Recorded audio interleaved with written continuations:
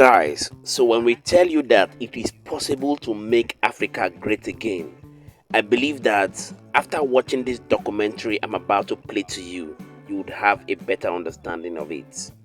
Yes, for over a decade now, we have seen African leaders shortchange their positions for peanuts from their colonial masters.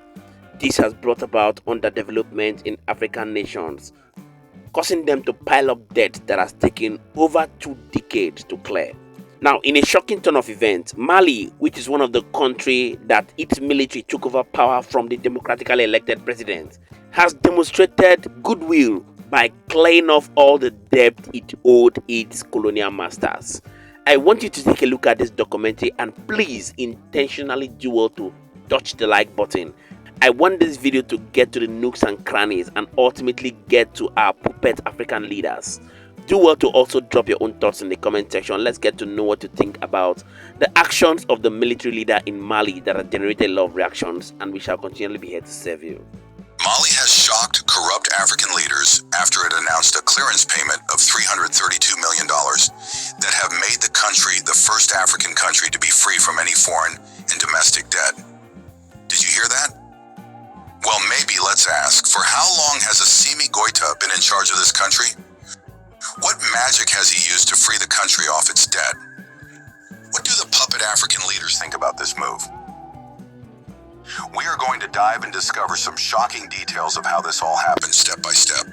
But first, a big thank you for all our returning viewers that motivate us to compile more interesting content for you. Always support us more by liking and sharing the video. Then leave us a comment, and if you are new here, please consider subscribing and hitting the notification bell so that you be among the first to watch our videos. Now let's get started. For decades, Mali, like many African nations, has been trapped in a cycle of debt, a legacy stretching back to the era of independence. High debt to GDP ratios have weighed heavily on the country, impacting every aspect of Malian life. Schools, hospitals, infrastructure, all have suffered under the constraints of foreign debt and reliance on international financial institutions. But that all changed when Mali announced a historic $332 million debt payoff. This isn't just an economic milestone, it's a statement. Mali is taking control of its financial destiny. Just a few years ago, Mali, along with its neighbors, Burkina Faso and Niger, was hit with sanctions from ECOWAS. These sanctions led to debt defaults that might have crippled a nation. But instead of succumbing to pressure, Mali made a bold choice.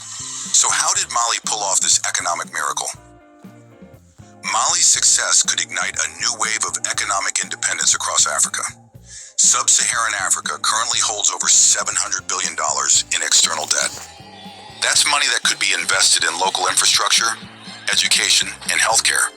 But instead, billions leave the continent every year in debt repayments, perpetuating economic dependency. With Mali's historic payoff, we're seeing the potential for a new path, one that challenges old colonial dynamics and prioritizes African sovereignty. But there's more to this story. Mali's debt payoff is part of a larger movement in the Sahel region.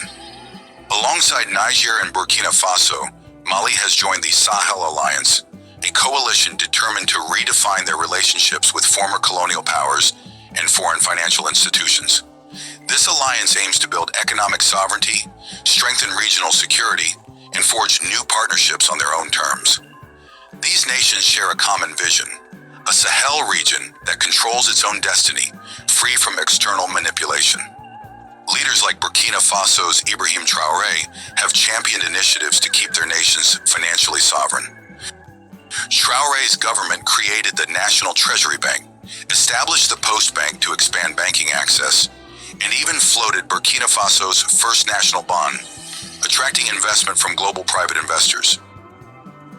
This push for economic independence comes with a significant shift in international relations.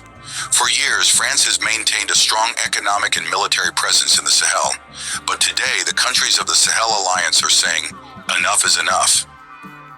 They're questioning the legacy of neo-colonial policies that often benefit France more than the African nations themselves. In response, these countries are exploring new partnerships. Russia and China are stepping into the picture, offering alternative investments and alliances. But the big question remains, is this simply trading one form of dependency for another, or a true path to self-reliance? Mali's debt payoff is part of a broader economic strategy that emphasizes resource nationalism and economic diversification. Mali, Niger, and Burkina Faso are rich in resources, from gold to uranium. By taking control of these resources and reinvesting locally, these nations aim to capture more value within their own economies. Alongside resource control, there's a push to modernize agriculture, invest in manufacturing, and develop technology sectors. Economic resilience requires diversity, and these nations are working to build economies that are not overly reliant on any single commodity. While Mali's debt payoff is a groundbreaking step, challenges remain. Can Mali sustain this debt-free status amidst global economic pressures? Moving away from traditional partners like France might risk economic isolation, and without robust governance, there's the risk that economic gains may not reach those who need it most. Critics question whether Mali's bold move will be enough to bring about lasting change. Is this debt payoff just a one-time statement, or the beginning of a sustainable strategy for economic self-reliance? If Mali's success inspires other nations, it could shift the balance of economic power on the continent. Imagine a future where African countries are free to invest in their people and infrastructure, free from the burdens of unsustainable debt. If more African countries follow Mali's lead, we could see a new economic order, with African nations negotiating as equals on the global stage. The journey to economic independence is long and complex, but Mali's debt payoff is a powerful step forward. It's a statement to the world that African nations can and will take control of their destinies. So what do you think? Will Mali's bold move inspire a new wave of economic independence across Africa? Or is the path to debt freedom more challenging than it seems?